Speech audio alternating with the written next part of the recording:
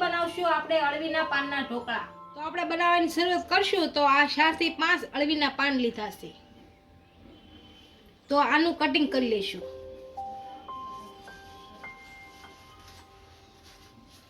આ રીતની રગ બધી કાપી લેવાની। થોડીક જ જાડી રગ કાપવાની। આ રીતની કાપી લેવાની।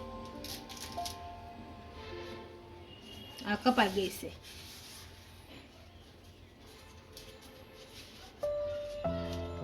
આ રીતનું આમ ભૂંગળું કરીને અને ઝીણું ઝીણું કટિંગ કરવાનું।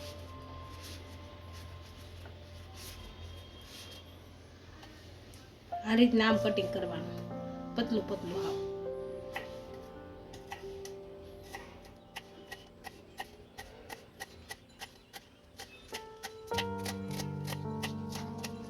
આ રીતે બધા પાંદડાનું કટિંગ કરી લેશું। પાનનું કટિંગ કરી દીધું છે। હવે આમાં આપણે મસાલો ભેળવી નાખશું।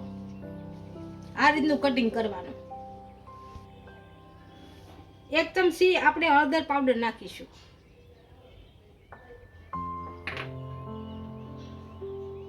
1 ચમચી મીઠું નાખીશું। 1.5 ચમચી ધાણા નાખીશું। 2 ચમચી ખાંડ નાખીશું। 2 ચમચી વરિયાળી નાખીશું। આ લસણ અને આદુ મરચી તળીને ખાંડીને નાખીશું। 1/2 ચમચી મરચું નાખીશું। સેજ તેલ નાખીશું। 1 કપ ચણાનો લોટ નાખી અને ભેળવી નાખીશું।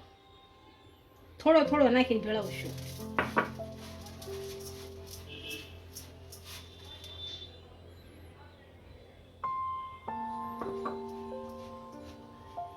હવે પાણી નાખી અને હારો બાંધી દેશું।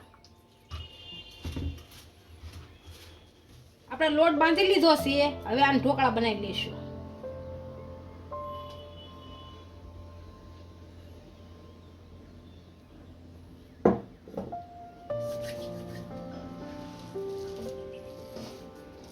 આ રીતનો લેવાનો લોટ, આ રીતના જાડા જાડા મણવાના। બાફા મૂકી દેશું। પેલા પાણી મૂકી દીધું અને હવે મૂકી બાફા।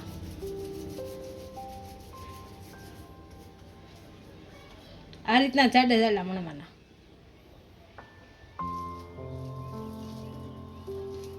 હવે આને આપણે 5 થી 10 મિનિટ સુધી બફા મૂકશું। આ ઢાંકી દેશું। 5 મિનિટ જેવું થઈ ગયું છે। હવે જોઈ આપણા ઢોકળા બફાઈ ગયા કે નહીં એમ।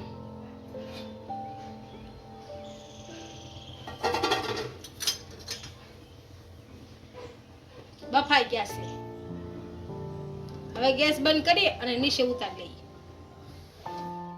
ઢોકળા આપણા ઠરી ગયા છે। આને હવે કટિંગ કરી લઈશું।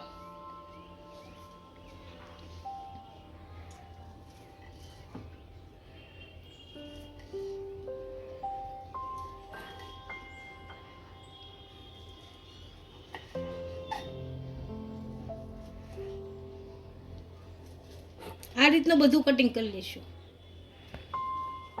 આપણે ઢોકળાનું કટિંગ કરી લીધું છે। આનો વઘાર કરી લઈશું। પેન મૂકી દીધું છે, ગેસ ચાલુ કરી દીધો છે। આમાં તેલ નાખીશું। તેલ ગરમ થવા દઈશું। આપણું તેલ ગરમ થઈ ગયું છે। 1/2 ચમચી હિંગ નાખીશું। 1/2 ચમચી જીરું નાખીશું અને તલ નાખીશું। આને ગરમ થવા દઈશું।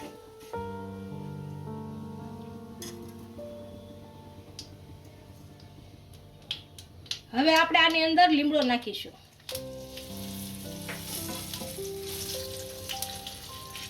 હવે ઢોકળા નાખી અને વઘારી લેશું।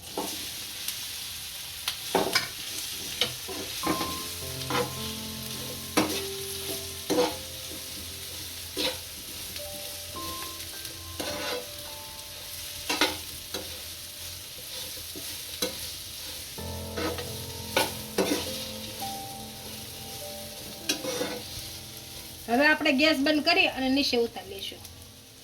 આપણા અળવીના ઢોકળા તૈયાર થઈ ગયા છે, એને એક ડીશમાં સર્વ કરી લઈશું.